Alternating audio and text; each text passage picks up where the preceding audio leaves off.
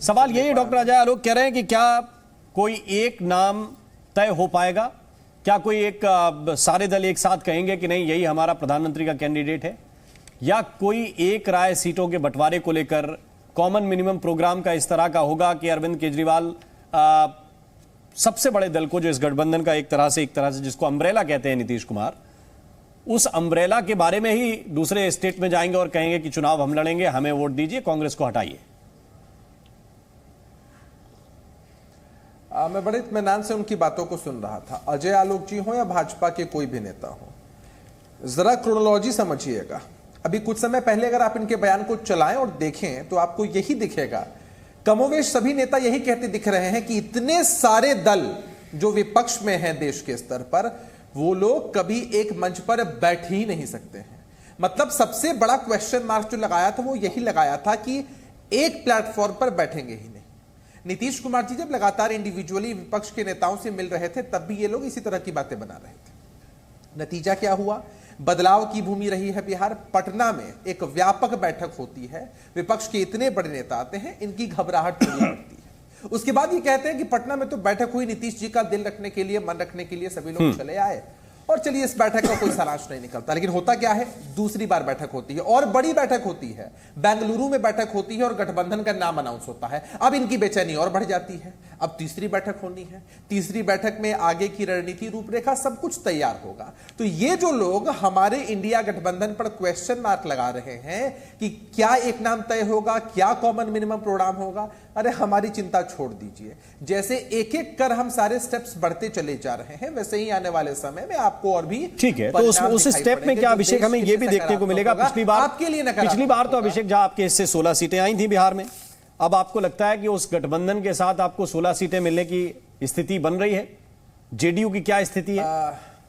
देखिए, एक व्यापक और बड़े पैमाने पर गठबंधन तैयार हुआ है और बड़े लक्ष्य की प्राप्ति के लिए हुआ है। जब हम बड़े लक्ष्य की प्राप्ति के लिए बढ़ते हैं और देश हित में बढ़ते हैं तो कई बार हमें कॉम्प्रोमाइजेस करने पड़ते हैं, और हमारी पार्टी के नेता ने अच्छा, पिछला चुनाव जो जेडीयू ने लड़ा था तो अब ये नहीं है, वो देश हित में नहीं लड़ा था। नहीं, हमेशा से ना, देखिए आज की वही तो मैं पूछ रहा हूं कि आपको देश हित में आगे बढ़ना है। मैं तो यही समझता रहा कि जितने दल राजनीति करते हैं वो देश हित में ही लगातार, तो इससे पहला भी आपने देश हित में ही लड़ा होगा। नहीं, देश ऐसा नहीं होता है। 7 पाप होते हैं, महात्मा गांधी ने बताया है।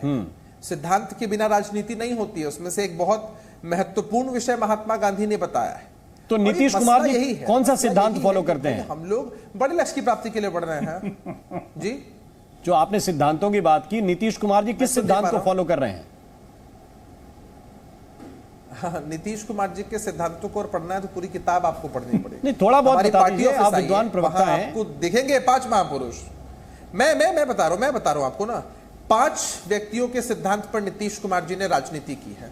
महात्मा गांधी हो, बाबा साहब भीमराव अम्बेडकर हो, कर्पूरी ठाकुर हो, लोकनायक जयप्रकाश नारायण हो या राम मनोहर लोहिया हो, इनकी विचारधारा पर हमारी पार्टी, हमारे नेता चलते हैं। अच्छा, हम अंबेडकरवादी होने का ढोंग करते हुए सावरकरवादी नहीं होते हैं। हम संविधान की चीजों को न मानकर तिरंगे का अपमान करके, आपको मालूम है कि बिहार में इनके प्रदेश के अभिषेक झा ये बात कहते हुए भूल जाते हैं कि नीतीश कुमार ने कितने साल बीजेपी के साथ सरकार चलाई है। उन वर्षों की गणना भी आप शायद भूल गए हैं। देखिए, वो भारतीय जनता पार्टी की तुलना आप मत करिए इस भारतीय जनता पार्टी से। क्यों, क्या बदल गया? अटल बिहारी वाजपेयी क्या बदल गया 2014 के बाद से 2023 में? क्या बदल गया? एक चीज रुकिए, क्या बदल गया 2023 में? क्या बदला? देखिए, मोदी प्रधानमंत्री नहीं है। मैं दिखा रहा हूं। अरे बता दीजिए ना, आप बोल सकते हैं ना, इतना किसी दूसरे वीडियो क्यों दिखा रहे हैं? अपना बता दीजिए।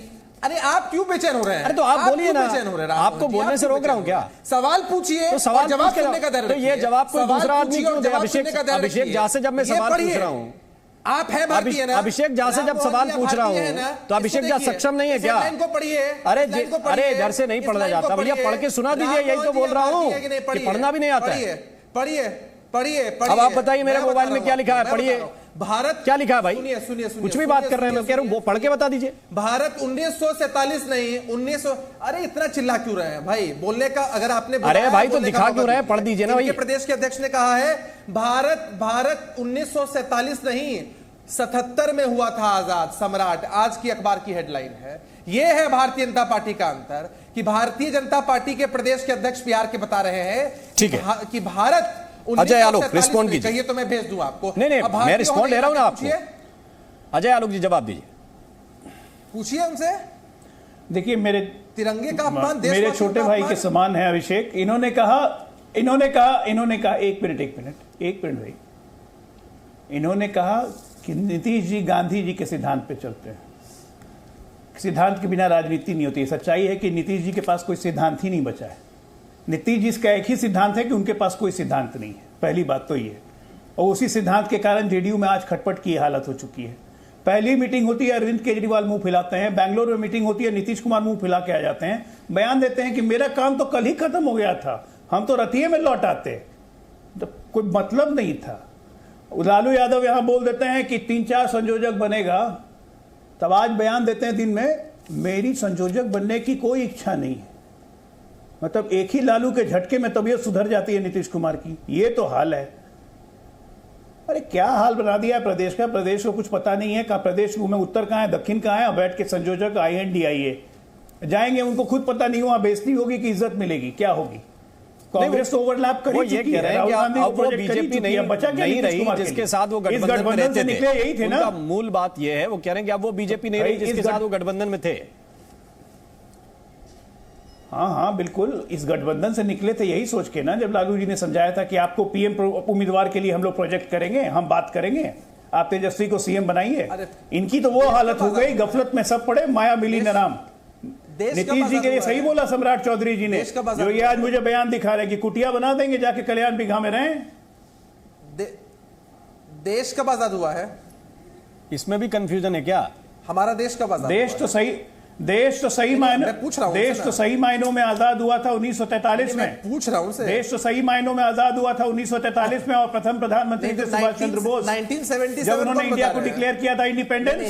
एक मिनट अभिषेक जी, अगर इतिहास का बोध करना है तो भारत की स्वतंत्रता सबसे पहले घोषित हो गई थी 1943 में सुभाष चंद्र बोस के द्वारा, और 11 कंट्रीज ने रिकॉग्नाइज किया था, और पहले प्रधानमंत्री थे सुभाष चंद्र बोस। आप विद्वान हैं, सम्राट चौधरी जी को पढ़ाइए। इसलिए देश कब आजाद हुआ था 77, उन्होंने इसलिए बोला क्योंकि कांग्रेस से मुक्ति और इमरजेंसी के बाद आजादी मिली थी, इसलिए सम्राट चौधरी ने बोला था। सम्राट चौधरी नहीं मालूम है? नहीं, उनको पढ़ाने की जरूरत नहीं है। आप सम्राट चौधरी जी न्यूज़।